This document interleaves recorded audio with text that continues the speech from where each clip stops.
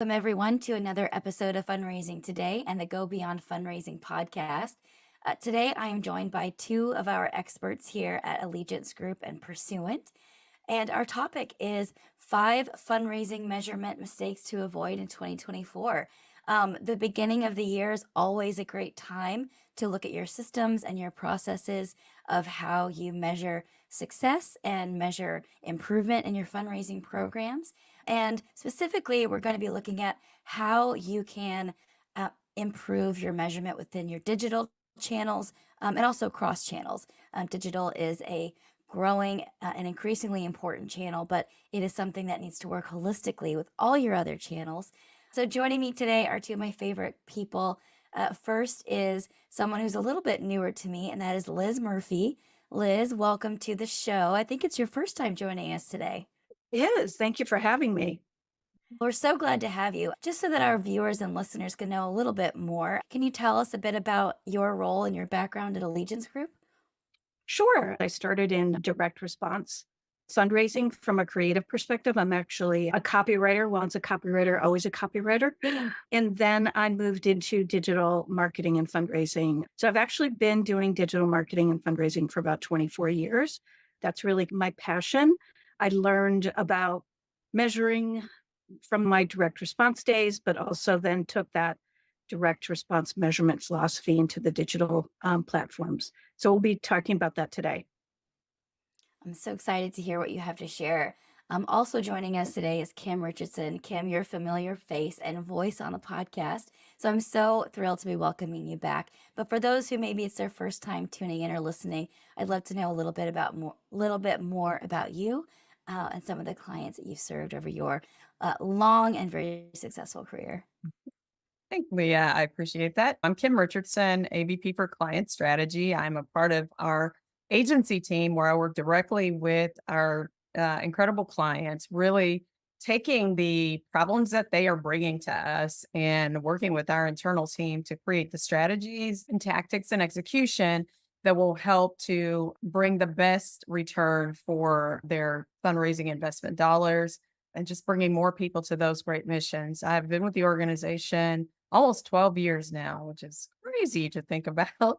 But my background before that was corporate marketing. But I just love being able to bring to bear communication and marketing messages to the nonprofit space to really just elevate some of the great work that's being done in the world. Here with the organization, I work with all kinds of clients, but mainly my portfolio has been around faith-based clients, which I really enjoy because that's important to me. So I'm glad to be here. I'm glad to be with Liz. She is great. So I'm looking forward to Yeah. you guys hearing from her. Wonderful. Well, let's dive right into today's topic. So, when we sat down to think through measurement and some of the pitfalls that fundraisers and marketers can fall into when it comes to measuring success in your fundraising and marketing, the first one is not having a measurement work. So, Kim, I'd love for you to kick us off with this first mistake and some ways that nonprofits can avoid it. Sure. So this is going to sound elementary. So thanks, Captain Obvious.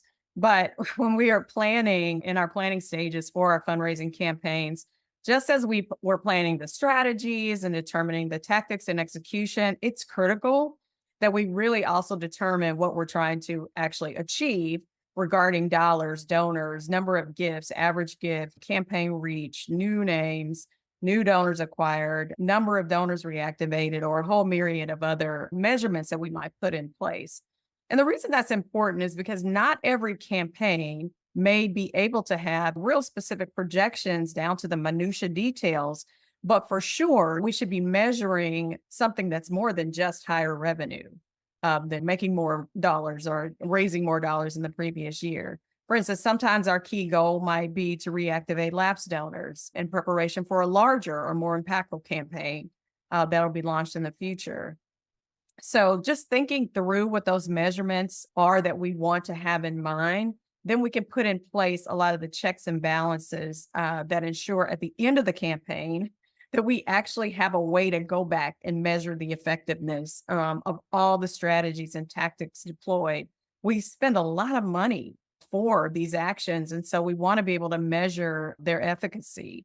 So some of those things might be as simple as source codes that link to campaign URLs, use of appeal codes, which, as we know, most organizations always already do that very well for their offline direct mail packages. But it's often missed putting those types of guardrails in place and setting up what's necessary for proper post campaign attribution in the digital space. So again, one of the reasons I'm so excited to be here with Liz is she's going to walk us through some of the real specific things as it relates to digital and web analytics tracking and measurement and that sort of thing. But just thinking through upfront is really important to understand what you're trying to achieve. And we don't want to be like Alice in Wonderland. If you don't know where you're going, any road will take you. Putting all that in place up front is critically important. And Leah, I'll just jump into that second one too, being inadequate system setup for channel attribution. So it's closely following, that first mistake, just not having at all or not thinking through really comprehensively what those measurement frameworks are going to be. And then once it's determined, either not having a way because of the systems that we have in place or failing to set up some of the adequate methods of attributing activity to some of the different channels deployed in the channel. Setting up attribution for the different channels deployed in a campaign, whether that purpose for the campaign is fundraising or whether it's engagement. Most organizations, we've been preaching this as a industry for a lot of years now. They utilize multiple channels or touch points to reach out to their constituents in the midst of a single campaign. So it can be really difficult, for instance, to know if someone received a direct mail package and that's what prompted the online gifts, or they heard a text or received a text message and that reminded them of a mail piece that they got a couple days ago and prompted them to go and get their checkbook to respond. For sure, some broad awareness marketing messaging can be harder to pinpoint and tie back to those specific actions. For instance, I mentioned the text messaging, and that can be a broad one. Even some of the online advertising can be broad. As we think through what measurement means look like and putting those things in place, it could be testing a segment with or without the broad awareness messaging while holding all the other campaign elements consistent so that we can determine what is the effectiveness of adding that extra layer of promotion. And then I think as we think about putting in place and making sure that we're adequately set up for channel attribution, it's going to take some effort. It just will. It's going to take some additional effort up front. But there are tools out there to help define those measurement frameworks and attribution models. I think Liz is going to get into some of that. And I love what was said in a recent Sophie article that talked about digital fundraising. And they talked about if someone sees your ad on Hulu, heads to Google to learn more, and then donates via one of your search ads, for example, you want to know and how to give credit to those donations across all those different touch points. And again, we're spending a lot of money in those areas. So we really want to have in place a way to make sure that we understand the effectiveness. Liz, what are your thoughts on integrating data between your digital platforms? Absolutely. Mistake number 3, digital fundraising and marketing includes the use of technology. And that has been the big sort of challenge, I think, to a lot of folks. I don't think it needs to be, but typically nonprofits and for-profits use a variety of different platforms to interact with their donors and supporters. So that can include a website. You could have a separate donation form platform, an email platform. You've got all of the ad platforms, SMS, peer-to-peer. Could be an event platform as well, many other things. So if you think about it, your donor could travel across many of these before making a conversion. And I really want to know, you really want to know, what was that journey and what were the touch points, as you mentioned, Kim, and was it a confluence of touch points that made the difference, or was it just a direct to conversion? Typically, it's not as clean as that because users don't always go in a straight line to where we want them to. So really, we want to evaluate campaign success and know where to spend dollars for the next campaign. So we want all of these metrics from all of these platforms to sync, right, to one place. So that can be your database, your source of truth, or it could be a reporting interface that is aligned with your database. And by that, for instance, like a Google Looker Studio where you're doing all of your reporting. But what you really want is you want all of these platforms to hand off the data to each other, and then you want it to come back into your reporting or database so that you can see it all in one place. So in order to do that, you will need the help of a developer or a good front end developer, a good digital analyst. But you can do this. You can set up all your multiple platforms, and I think this is part of the measurement plan that you need to do up front. And Kim and I were talking about this. January is just a perfect time to do a measurement plan and to revisit a measurement plan, especially if you plan to use a new platform or change a platform. And then you're going to have to say, oh dear, I have to change that because I've got something new. So you're going to have to change it up. One thing that you don't want to see in your database is a bunch of revenue that just says online or digital revenue. We are well past that. Every database has the capability to create things by channel. I tell everybody this all the time. Digital is multi-channel. You want to see how your online search does versus your email versus your advertising versus your Lightbox. You want to get as granular as you can. And by pulling all of this data together, using a developer to help you pull the data through all of the channels and back into one reporting source, you want to make sure that you have that granular reporting. And I'm going to jump into mistake number 4, which is I'm going to talk about web analytics. I think most people are using this. There's been some changes, but I also want to just underline the importance of having web analytics and also setting it up properly. We know how important source tracking is, for instance, on a direct mail piece or even on an email so that it gets back into the email platform as well as into your source of truth. But web analytics serve a huge purpose as well. You really need it for your website and your campaigns. Why, you ask? Even if you're not in charge of the website and you don't care about the website metrics, and maybe that's another division, your channels are easily tracked in web analytics. And it's a great, first of all, backup source. If somebody forgets to put a source code on an email or an ad, you'd at least be able to see the revenue in the channel if you put some sort of tracking parameters on there in addition to your database tracking parameters. So it's a wonderful, we've always used it as a backup. In addition, you do need some things from a campaign perspective from web analytics that you can't get in some of the other platforms. And that might be, what is the conversion rate on your donation form or your advocacy forms? How many people are signing up for email per week, per month? How did that landing page do? How many views of the video on the landing page that you created did you get? The basic philosophy mine is if you aren't measuring it, how can you improve it? As we have gone very multi-channel and omni-channel, we want to look at the full journey, and it's really important. We're seeing more and more people also come from mail, as Kim mentioned, online from QR codes and from URLs.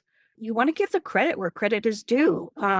Instead of having to create unique donation forms, for instance, for every single campaign, and you may want to, and it may be justified, you could also use Google Analytics tracking on a form that would identify it with the campaign, with the date, with all of the parameters that you need in order to credit that revenue back to direct mail. The most common web analytics tracking platform is Google Analytics. Last July, Google required all users to upgrade to what they're calling GA4, which is a new system. What this means is that Universal Analytics, which is the prior version of Google Analytics, is no longer tracking. So if you are still on Universal Analytics, you are not seeing any data past July. So you do need to upgrade to GA4 in order to see any kind of analytics for any kind of online interactions, whether it's your website or other things. So I highly recommend you create a new GA4 account. You also want to implement this. This is really important, e-commerce tracking from your web pages to any of your forms.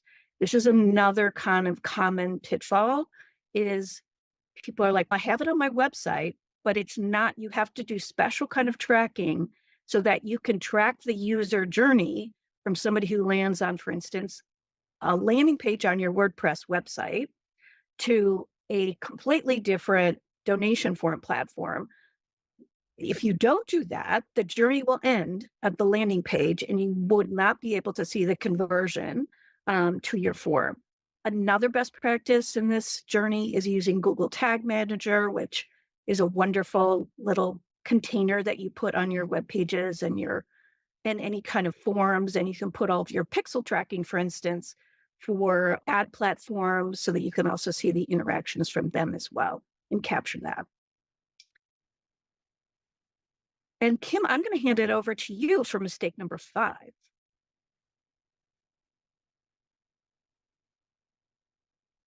Those were really great insights, Liz. So thanks for all of that. As we wrap up our time, the last mistake that we really want to highlight, since much of our conversation again related to efforts in the digital space, that last mistake is really just not preparing our organizations and our teams for just the continual dynamic changes that seem to be occurring in the digital lands. Again, I'm going to quote something I read in Sophie Eric Reef's article was just spot on about some of those changes that we need to prepare for. Most of us are familiar with all the changes that have been going on from a tracking standpoint with the big digital ad platforms that they've made through the years, whether it was Apple or Google or Facebook. But I think there are two others that I really want to highlight that I think every organization has more direct control over because we don't have any control over what these platforms do, but we do have control over these two things. And the first one really is how you make your case stand out with memorable and impactful creative. So that can mean several things from moving to a more ethical way of representing the people, the animals, or the issues and other things that really drive your mission. But the other thing is also just ensuring that your organization's story is told in a unique and compelling way. For instance, does that key public leader of your organization have a unique connection to the mission that gives him or her the passion that they have for the work, a more genuine or emotional way to envision what that mission is all about and what the impact of the mission is? Or maybe there's others who can help deliver your mission's uniqueness versus other organizations that are doing similar work in that space. So it's really incumbent upon us to dig deep to uncover the stories, the images, the connections that really help set your messaging apart. And obviously, especially when we're talking about the digital space, the visual thing, the first thing that people see, those compelling images that are the ones and the things that are going to grab folks first. I think that's one that we really have control over, just really shoring up our creative and making sure that we're putting our most memorable and impactful creative forward. And then finally, the second one is really something that can feel a bit daunting because we're losing our ability to track online cookies, for instance, or open and click through rates. But our first line of defense is really just leveraging the first party data that we have available in our CRM and other internal systems. If we think back on the pandemic, one of the things that was so interesting for us as an agency was to see how many organizations utilize that time to embark on a new and updated CRM migration. And most of these migrations and CRMs that they were moving to had such better and improved functionality that allowed them to capture, store, and even retrieve just really specific points of information that help to personalize the messaging and all those things with their different constituents. So we would just recommend you lean into that. Make sure you're utilizing that new rich information and tools to add more personalized information about your constituents that you've acquired, maybe via surveys or how they've responded to different topics within your mission and messaging. Just really utilizing those things to continue to help learn more about the folks who are giving to you and supporting you so that you can just continue that relationship in a more personal and authentic kind of way, because we know that creates the stickiness and the retention that we need for our mission. And then finally, we'd be remiss if we didn't mention the great insights you can gain from our tool, the Giving DNA platform, that takes that first party data and overlays it with third party data to give you an even richer look at who your different constituents are, what different segments and opportunities exist for upgrading, for instance, what kind of other organizations maybe your constituents are giving to that maybe help you craft the message to different segments. It starts with that, again, with that first party data. We have access to more information than we think. Let's not work from a place of lack, but really look at what we do have access to and leverage that in a real meaningful way to create the messaging and the kinds of campaigns that are going to move our mission forward and are going to draw more people to our cause. Kim, I love everything that you said. First party data is just becoming so critically important to every organization. And any way you can think of that is not invasive to your supporters, where you can gather that data. I do love the idea, at least, of a survey once a year. If you can collect any kind of data, even a one-line question. We've done them with SMS, we've done them with online ads. It's really important that we have as much information about the intent of our perspective and our current donors so that we can speak to them in the right way. And as you said, CRMs, a lot of CRMs these days have some really powerful ways to do that behind the scenes. To what pages do they interact with so that we can make some assumptions? What content are they reading? There's a lot of really interesting things that are going on. Some of the advertising platforms have that built in and are utilizing that power of the data to target the right message to the right people. There was one other thing I wanted to add, which is for changing landscape from a digital perspective. I'm sure you've heard it, but soon Google and Yahoo are requiring new email authentication protocols. And so your domain, and all you have to do is Google and Yahoo email authentication, but you will have to change some things on your technical email platforms in order to comply with these so that your emails get sent out via these platforms. So make a little note of that. That's going to be a big one, and that's coming up soon. Thanks for having us, and reach out to us if you have any questions.